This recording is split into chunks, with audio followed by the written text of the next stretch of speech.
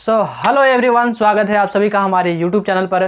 तो आज हम लोग रियल नंबर का इंट्रोडक्शन लेने जा रहे हैं, ठीक है। और उम्मीद है कि आप सारे क्लास 10th में होंगे, तो चलिए 9th में भी होंगे तो चलेगा। तो देखिए इसमें क्या क्या चीज़ें पढ़ेंगे उसके बारे में थोड़ा सा बहुत जानकारी ले लेते हैं। देखिए रियल नंबर के बारे में पढ़ेंगे, जितने भी नंबर सिस्टम होते हैं, natural number, whole number, integer, rational number, real number और कॉम्प्लेक्स नंबर भी होता है एक, उन सारी चीज़ों के बारे में पढ़ेंगे। रेशनल नंबर, इरेशनल नंबर ये भी पढ़ लेंगे, ऑड नंबर, इवन नंबर, सब कुछ पढ़ लेंगे।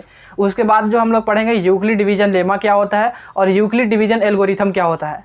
और फिर डेसिमल वाला जो होता है कि कौन से डेसिमल जो होंगे वो टर्मिनेटिंग होंगे और नॉन टर्मिनेटिंग होंगे, उसको एक अलग वीडियो में लेंगे, ठीक है। या फिर जब हम लोग एनसीईआरटी का सॉल्यूशन कर रहे होंगे एक्सरसाइज 1.2 का या 1.3 जो भी है, तो उसमें अपन लोग उसको करेंगे, ठीक है, उसको बाद में ले लेंगे। तो चलिए फिर स्टार्ट करते हैं बिना देरी किए हुए। तो देखिए हेडिंग यहाँ पे लग गया होगा। भाई साहब गाड़ी वाला बहुत हॉर्न मारने लगा है आजकल इधर, पता नहीं क्यों। तो यहाँ पर हेडिंग लग गया होगा रियल नंबर का। तो आइए सबसे पहले हम लोग रियल नंबर के बारे में पढ़ते हैं। तो देखिए एक गुरु मंत्र मैं आपको दे रहा हूँ, इस नंबर को आप लोग याद कर दीजिए। क्या पहले पूछिएगा नहीं क्या है, थोड़ी देर में अपने आप आपको पता चल जाएगा कि ये है क्या। NWZ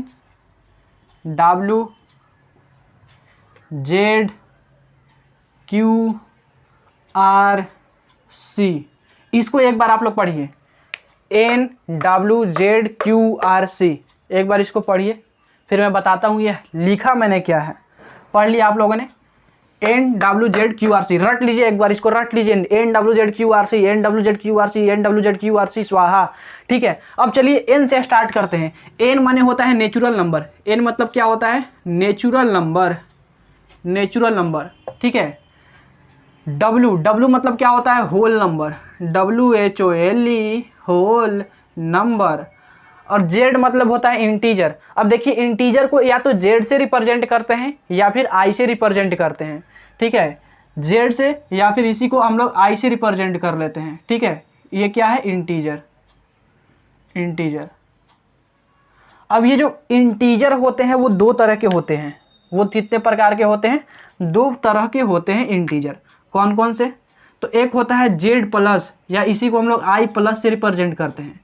Z प्लस मतलब क्या हो गया? Positive integer, positive integer. और एक होता है Z माइनस या फिर I माइनस से इसको रिप्रेजेंट करते हैं, इसका मतलब क्या हो गया? Negative integer, negative integer. अच्छा, उसके बाद Q मतलब हो गया रेशनल नंबर। Q मतलब क्या हो गया आपका? Rational number, rational number.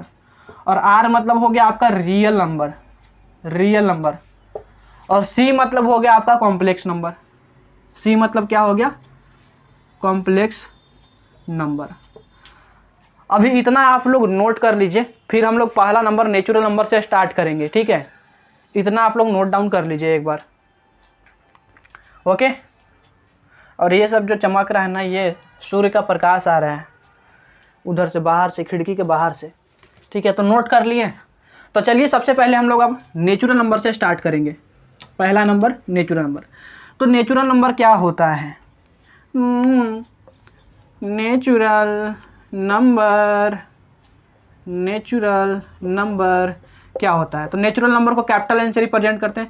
भैया कुछ नहीं है नेचुरल नंबर, गिनती की सभी संख्या जो नर्सरी में पढ़ाया जाता है ना हम लोग को, 1 2 3 4 5 6 7 8 9 10 100 10 100 ऐसे मिलियन बिलियन, यही नेचुरल नंबर है। बस नर्सरी से पढ़ाते आ रहे हैं सर लोग अपन लोग को, ठीक है। क्या होता है? 1 2 3 4 5 6, आगे ऐसे चलते जाएगा। और ये dot dot dot dot dot line का मतलब है कि ये आगे इन्फिनाइट तक चलते जाएगा।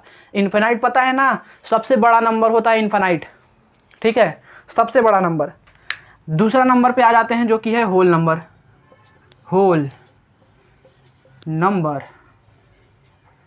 अब देखिए इसको कैपिटल W से रिप्रेजेंट करते हैं। देखिए भैया होल नंबर भी कुछ नहीं है। अगर आप नेचुरल नंबर में सिर्फ जीरो को इंक्लूड कर दीजिएगा, नेचुरल नंबर में सिर्फ जीरो को इंक्लूड कर दीजिएगा तो वो होल नंबर हो जाएगा।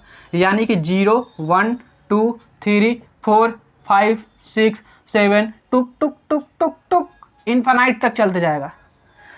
अच्छा अब देखिए एक बात मेरे को बताइए, 1 मिलियन में कितना लाख होता है?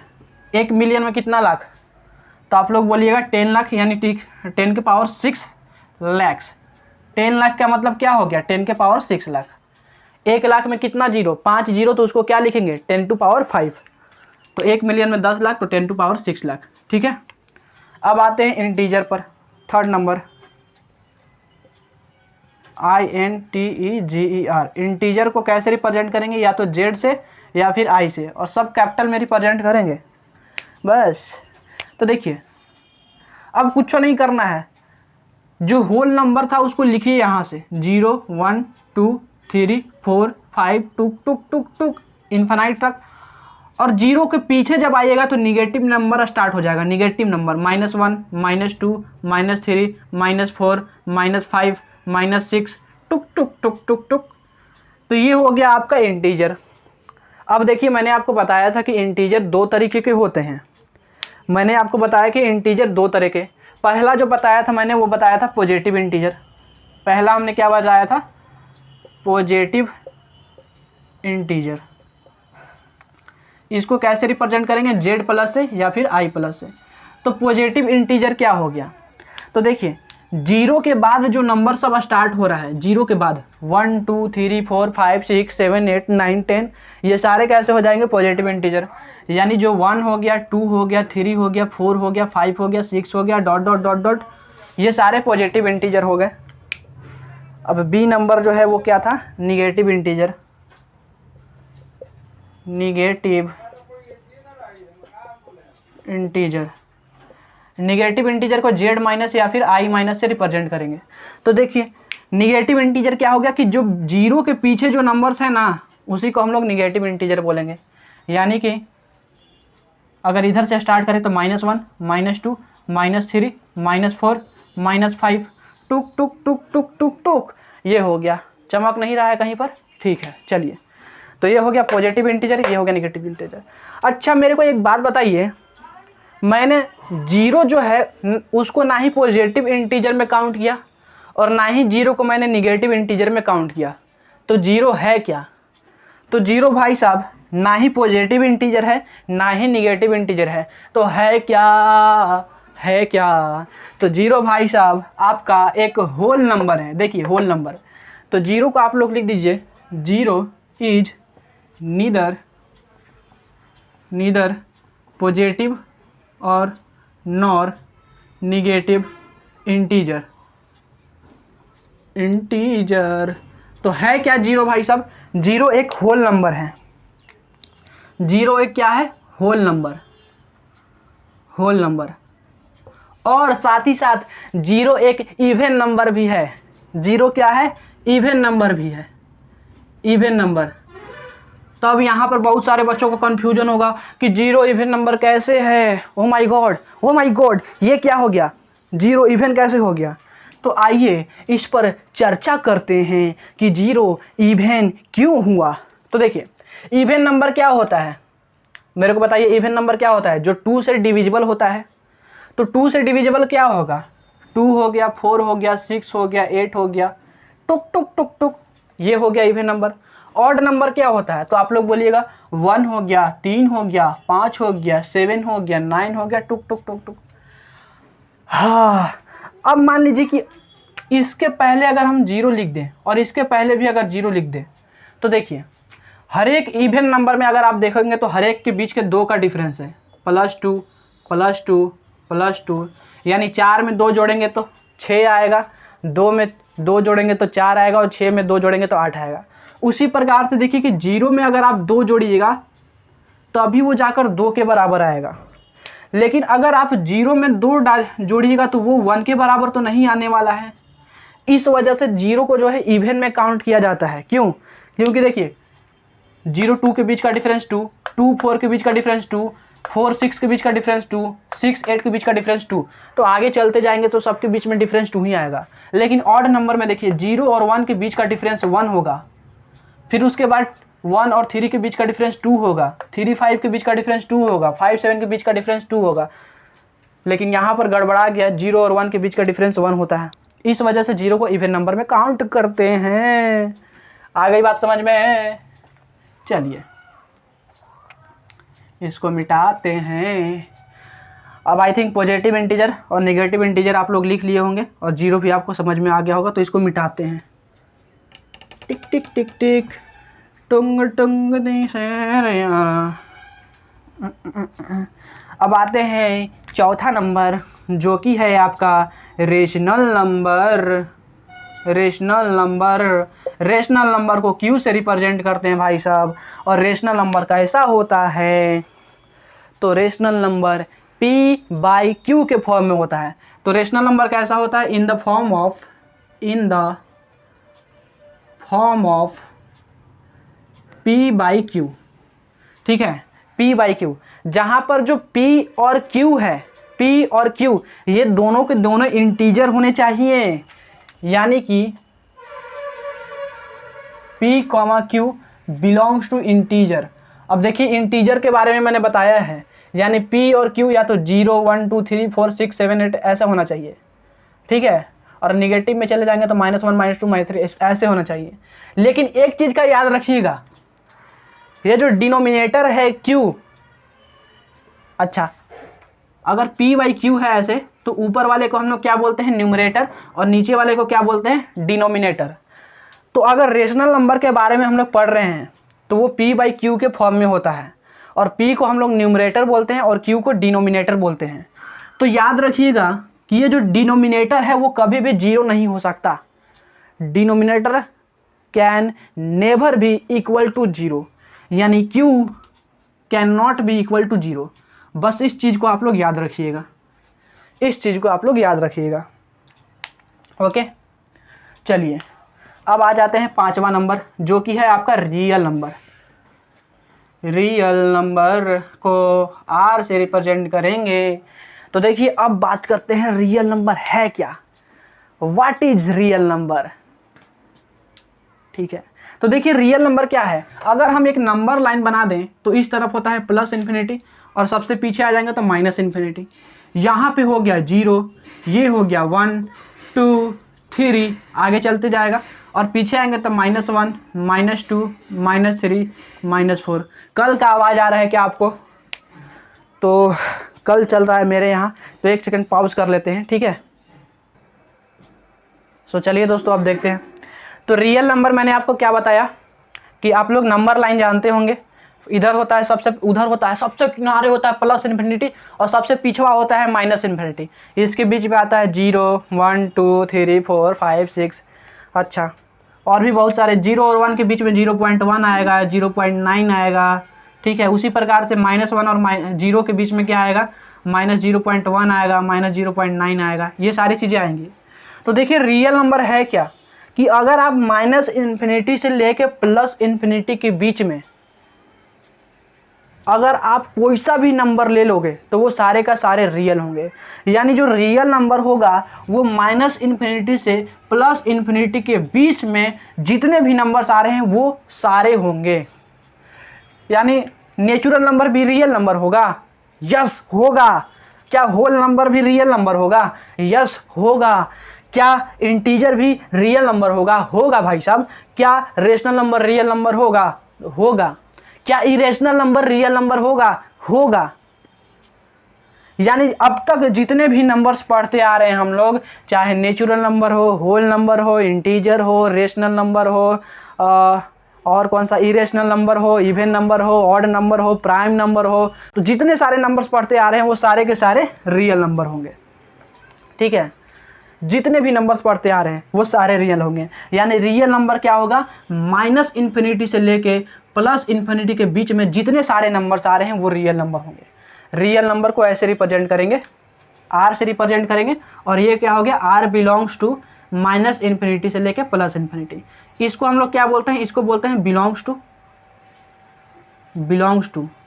दिख रहा है? साफ साफ दिख रहा है? यस दिख रहा है। इसको हम लोग बोलते हैं बिलोंग्स टू। और ये जो ब्रैकेट आप लोग देख रहे हैं, इस ब्रैकेट को हम लोग बोलते हैं ओपन ब्रैकेट। क्या बोलते हैं? Open bracket. इस वाले ब्रैकेट को भी ओपन ब्रैकेट बोलते हैं। ठीक है, ये हो गया। अब देखिए एक इंटरेस्टिंग चीज़ बता रहे हैं। ये नेचुरल नंबर आप लोग देखो, नेचुरल नंबर 1 2 3 4 5 6, ये सारा का सारा नेचुरल नंबर 1 से लेके सारा का सारा नेचुरल नंबर होल नंबर के अंदर आ रहा है। देखिए तो टुक टुक टुक टुक टुक टुक टुक टुक टुक टुक टुक टुक आ रहा है कि नहीं। यानी सारे के सारे नेचुरल नंबर को हम लोग होल नंबर बोल सकते हैं। उसी प्रकार से आप देखो, सारा का सारा होल नंबर कहाँ से स्टार्ट हो रहा है? जीरो से स्टार्ट हो रहा है। तो सारा का सारा होल नंबर इस इंटीजर के अंदर आ रहा है। देखिए 0 1 2 3 4, तो हम लोग बोलेंगे कि सारे के सारे होल नंबर इंटीजर कहलाएंगे। उसी प्रकार से देखिए, ये सारे के सारे इंटीजर्स जो होंगे वो रेशनल नंबर होंगे। रेशनल नंबर देखिए, जैसे आप रेशनल नंबर p/q के फॉर्म में होता है, तो जैसे हम ले लेते हैं आपका 2/1, तो 2/1 का मतलब क्या हो गया कि 2 इंटीजर है, यानी 2/1 कैसा है? रेशनल नंबर है। तो 2 भी कैसा होगा? Rational number. यानी सारे के सारे इंटीजर कैसे होंगे? रेशनल नंबर होंगे। अब जितने भी रेशनल नंबर होंगे वो सब के सब कैसे होंगे? रियल नंबर होंगे। ओके, अब देखिए उसी प्रकार से जितने भी रियल नंबर होंगे वो सारे के सारे कॉम्प्लेक्स नंबर होंगे। और कॉम्प्लेक्स नंबर आपको पढ़ना है क्लास 11th में, जहाँ पर IIT JEE के बच्चे भी परेशान हो जाते हैं कॉम्प्लेक्स नंबर को देखकर। नाम से ही पता चलता है कॉम्प्लेक्स है, ठीक है। तो उसके बारे में हम लोग क्लास 11th में पढ़ेंगे। उसमें क्या करना होता है? एक इमेजिनरी नंबर के बारे में पढ़ना होता है। इमेजिनरी नंबर जो कि है आयोटा इजकल टू होता है √(-1). इसको हम लोग क्या बोलते हैं? आयोटा बोलते हैं, आयोटा, ठीक है। तो ये कॉम्प्लेक्स नंबर के अंदर पढ़ेंगे। तो अब देख लीजिए, अब आपसे कोई पूछेगा कि क्या सारे नेचुरल नंबर रियल नंबर होंगे? यस होंगे। क्या सारे होल नंबर रियल नंबर होंगे? होंगे। क्या सारे इंटीजर रियल नंबर होंगे? होंगे। क्या सारे रेशनल नंबर रियल नंबर होंगे? होंगे, ठीक है। तो इस ऑर्डर में आप लोग याद रख सकते हैं NWZQRC, इसी वजह से मैंने आपको ये रटाया था, ठीक है। तो अब सारे नंबर्स को लिख लीजिए। ऑड नंबर, इवन नंबर तो आप लोग जानते होंगे कि ऑड नंबर जो 2 से डिविजिबल नहीं होता है, जैसे 1 3 5 7 9 11 13। इवन नंबर क्या होता है? जो 2 से डिविजिबल होता है, 2 4 6 8 10 12, ठीक है। प्राइम नंबर के बारे में बता देते हैं, इसको लिख लिए। चलिए, प्राइम नंबर एक बार डिस्कस करा देते हैं, प्राइम नंबर क्या होता है, और इरेशनल नंबर भी बता देते हैं।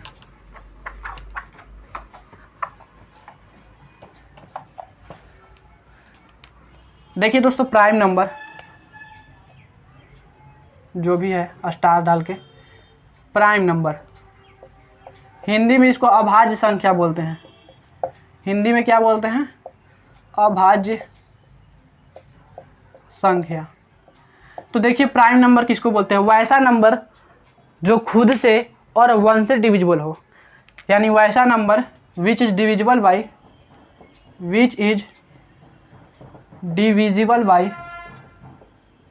1 एंड इटसेल्फ।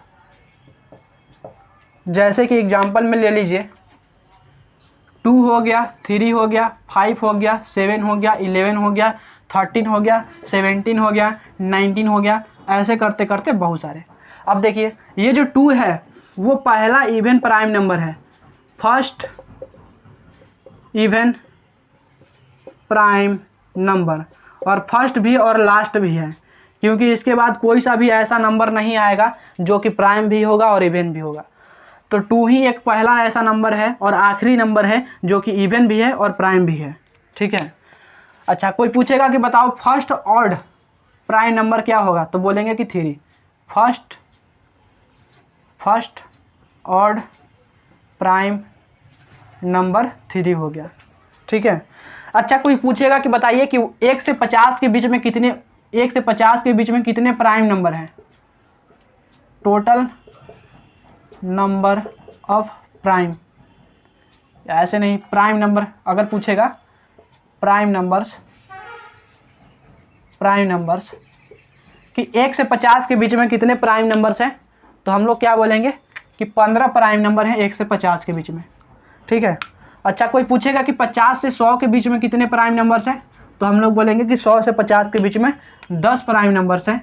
और अगर कोई पूछेगा कि बताइए 1 से लेके 100 के बीच में कितने प्राइम नंबर्स हैं, तो हम लोग बोलेंगे कि 25 प्राइम नंबर्स हैं, 25 प्राइम नंबर्स हैं। तो इसको नोट डाउन कर लीजिए। और इरेशनल नंबर हो गया। अब लास्ट हो गया जो है इरेशनल नंबर।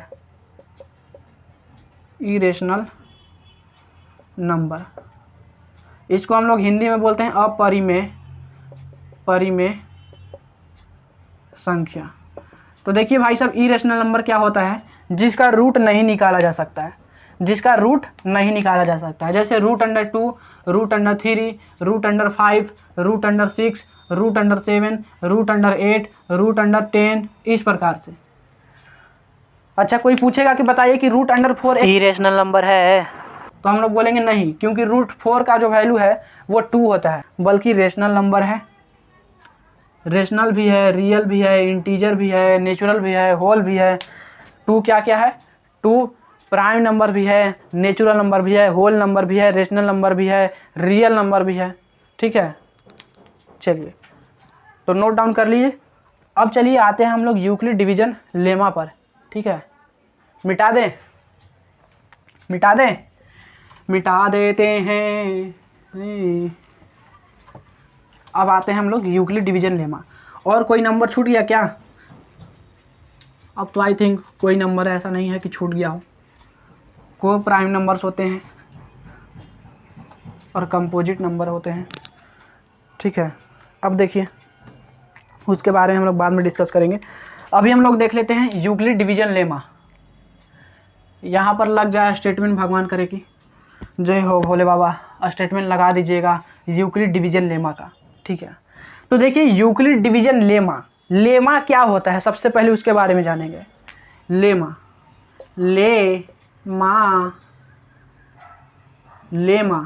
लेमा है क्या? देखिए, एक यह जो है एक प्रूवन स्टेटमेंट होता है। ये पहले ही से प्रूवन होता है, इसको प्रूफ करने की ज़रूरत नहीं पड़ती है। ठीक है, इसको प्रूफ करने की ज़रूरत नहीं पड़ते हैं। ठीक है, तो लेमा उसी को कहते हैं जिसको प्रूफ करने की ज़रूरत नहीं पड़ते हैं, बल्कि लेमा से दूसरे स्टेटमेंट को प्रूफ किया जा सकता है।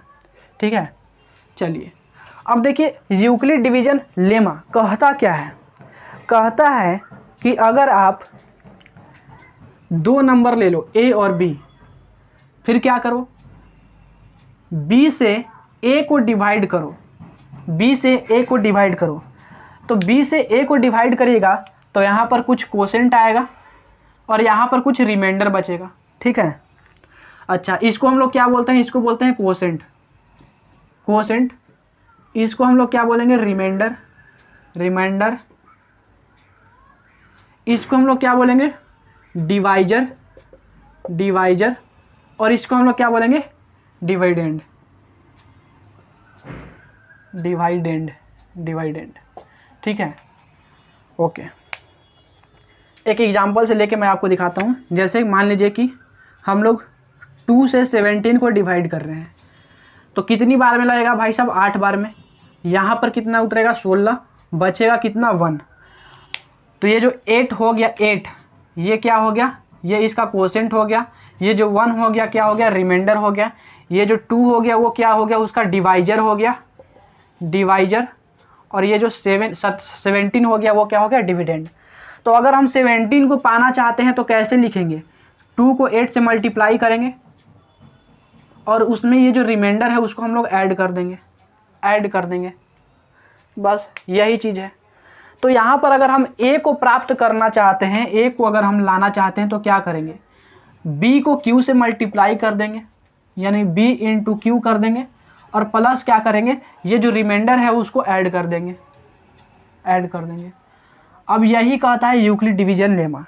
लेकिन वो कहता क्या है कि ये जो A और B होने चाहिए, दोनों के दोनों पॉजिटिव इंटीजर होने चाहिए, यानी A, B belongs to Z plus या फिर I प्लस।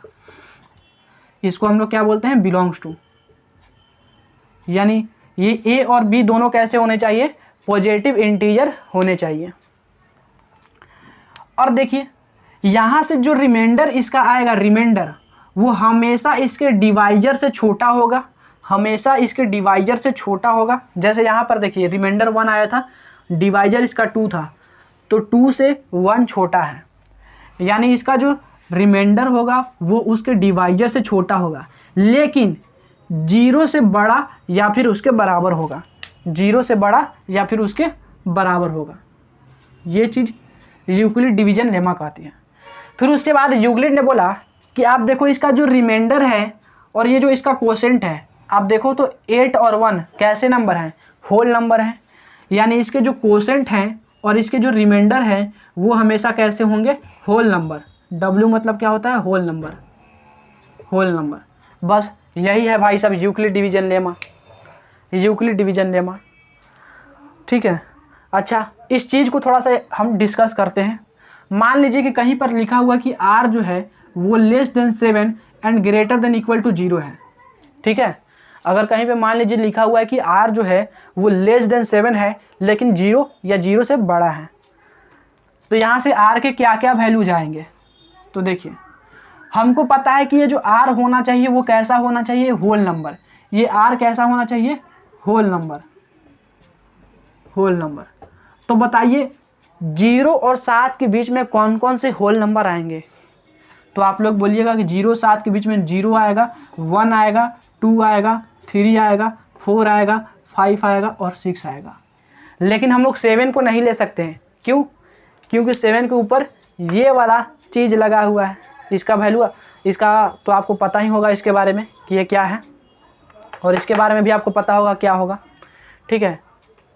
तो जहाँ पर ऐसा सिंबल दिख जाएगा तो हम लोग इंड पॉइंट को काउंट नहीं करते हैं, लेकिन जहाँ पर ऐसा सिंबल दिख जाएगा तो इंड पॉइंट को काउंट करते हैं। इस वजह से R का वैल्यू हमने क्या क्या लिखा है, 0 1 2 3 4 5 6, और ये सारे के सारे कैसे नंबर्स हैं, ये सारे के सारे होल नंबर्स हैं, ये सारे कैसे हैं, होल नंबर्स, होल नंबर्स, ठीक है। आगे बात समझ में। तो यही है भाई साहब यूक्लिड डिवीजन लेमा, लेमा। चलिए कुछ बता देते हैं इसके बारे में थोड़ा बहुत, और लिखना होगा तो लिख लीजिएगा पॉज करके, ठीक है। ओके ओके ओके ओके, माना जो, ठीक है। जैसे देखिए अगर मान लीजिए कि कहीं पर लिखा हुआ है A equal to 7 × 2 + R, A equal to 7 × 2 + R, तो ये जो इसका रिमाइंडर होगा वो क्या होगा, 7 से छोटा और 0 से बड़ा या फिर उसके बराबर, ठीक है। तो R का क्या क्या वैल्यू जा जाएगा, तो आप लोग बोलिएगा 0 1 2 3 4 5 6, बस यही आ सकते हैं। अब क्या करिए, अगर R का वैल्यू इसमें 0 रख देंगे तो क्या आ जाएगा, A का वैल्यू कितना आ जाएगा, A का वैल्यू 7 × 2 + 0 आ जाएगा, जो कि कितना आ जाएगा, 14। अगर R का वैल्यू अगर 1 रख दें तो A का वैल्यू कितना आ जाएगा, 7 × 2 + 1 आ जाएगा, जो कि आ जाएगा 15। अगर R का वैल्यू अगर हम लोग 2 रख दें तो A का वैल्यू क्या आ जाएगा, 7 × 2 + 2 विच इज इक्वल टू 16।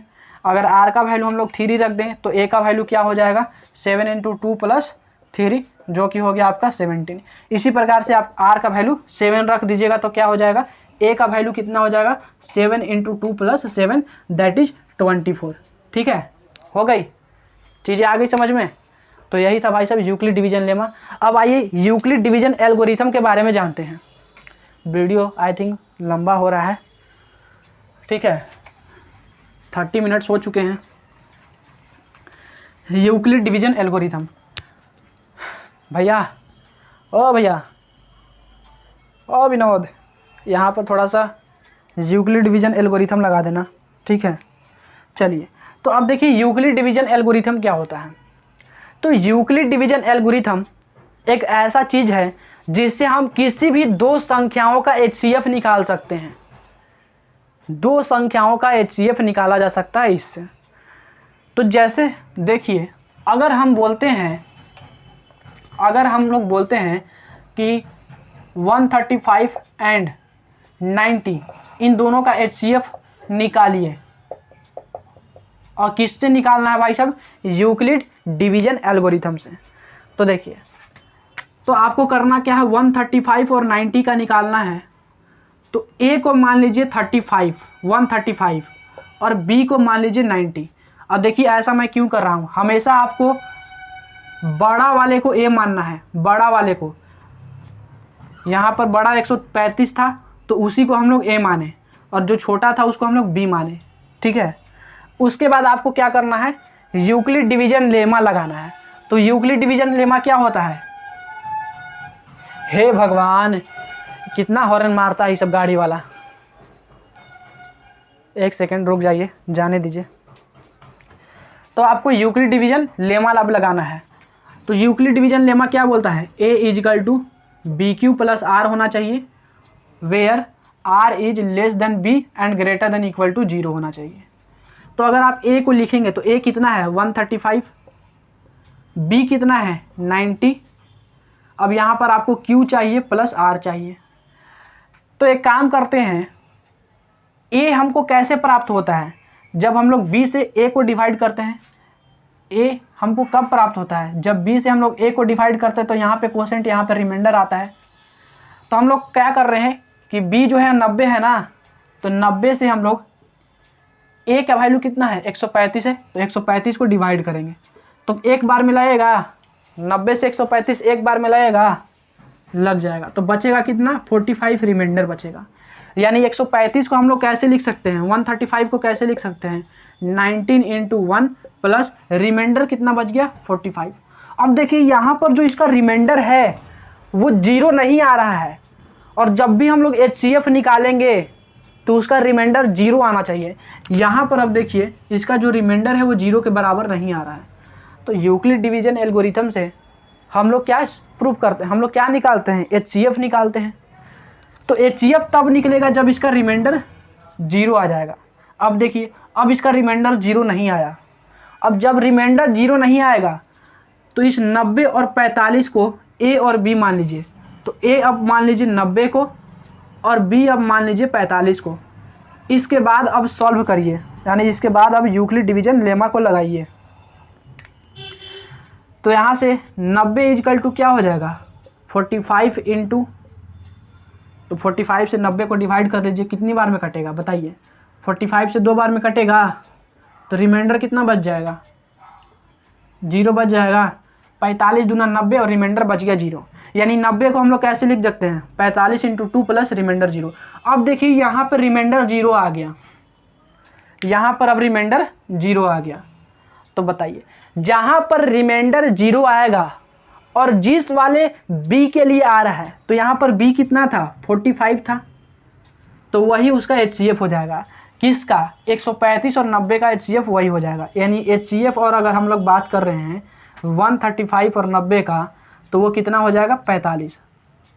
और ये जो 45 है इन दोनों का भी HCF होगा, यानी ये जो 90 था और ये जो 45 था इनका भी, यानी 45 जो होगा वो HCF होगा किसका 90 और 45 दोनों का। ठीक है, तो आगे आपको HCF निकालने यूक्लिड डिवीजन एल्गोरिथम से। तो चलिए एक क्वेश्चन और कराते हैं, उसके बाद आपको पूरी तरीके से आ जाएगा। ठीक है, चलिए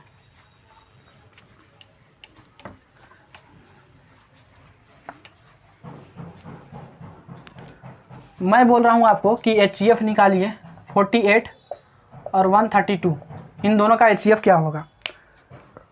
तो आपको पहले क्या करना है, बड़े वाले को A मान लेना है, A इजकल टू कितना हो जाएगा 132, और छोटे वाले को क्या मान लेना है B मान लेना है। अच्छा, उसके बाद आपको यूक्लिड डिवीजन लेमा लगाना है। तो A इजकल टू क्या होता है BQ प्लस R होता है, जहाँ पर जो R होता है वो less than B and greater than equal to 0 होता है। ठीक है, अच्छा तो अब A कितना है 132 और B कितना है 48 है। तो इस चीज़ को ऐसे 48 से डिवाइड करके 132 को 48 से डिवाइड करके पहले देखिए, तो 48 से कितनी बार मिलाएगा 2 बार में 96, बचेगा कितना 12 में से 6 गया 6, ई बच गया 12 में से 9 गया 3। यानी हम लोग 132 को कितना लिख सकते हैं 48 दूनी 96, 48 इंटू 2 प्लस रिमाइंडर कितना बच गया 36।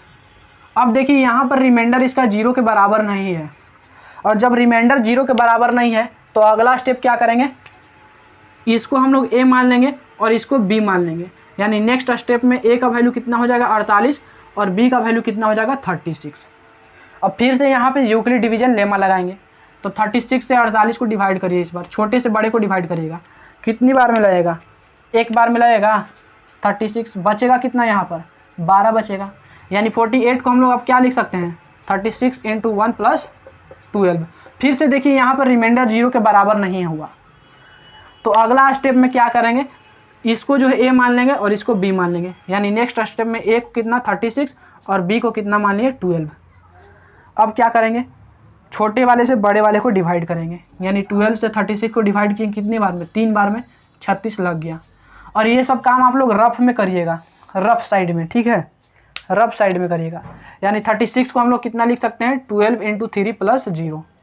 अब देखिए यहाँ पर इसका रिमाइंडर आ गया 0 आ गया, तो HCF निकल गया भाई साहब। तो 48 और 132 का जो HCF होगा, HCF ऑफ 48 एंड 132, वो हो जाएगा आपके 12 के बराबर। उसी प्रकार ये जो 12 होगा वो HCF इनका भी होगा, 48 और 36 का, यानी HCF जो होगा 48 और 36 का वो भी 12 होगा।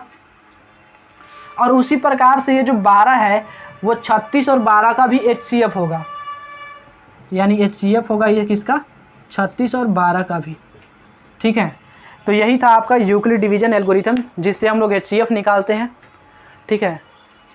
तो इसको नोट डाउन कर लीजिए, और नेक्स्ट वीडियो में हम लोग जो है NCERT का सॉल्यूशन लेके आ रहे होंगे। तो पढ़ाई करते रहें, ऑल द वेरी बेस्ट, ठीक है। हम हट जाते हैं, एक होमवर्क दे दे रहे हैं, इसका कमेंट करके आप लोग बताइएगा, ठीक है। यूक्लिड डिवीजन लेमा से आप लोग करके निकालिएगा, उसके बाद कमेंट करिएगा।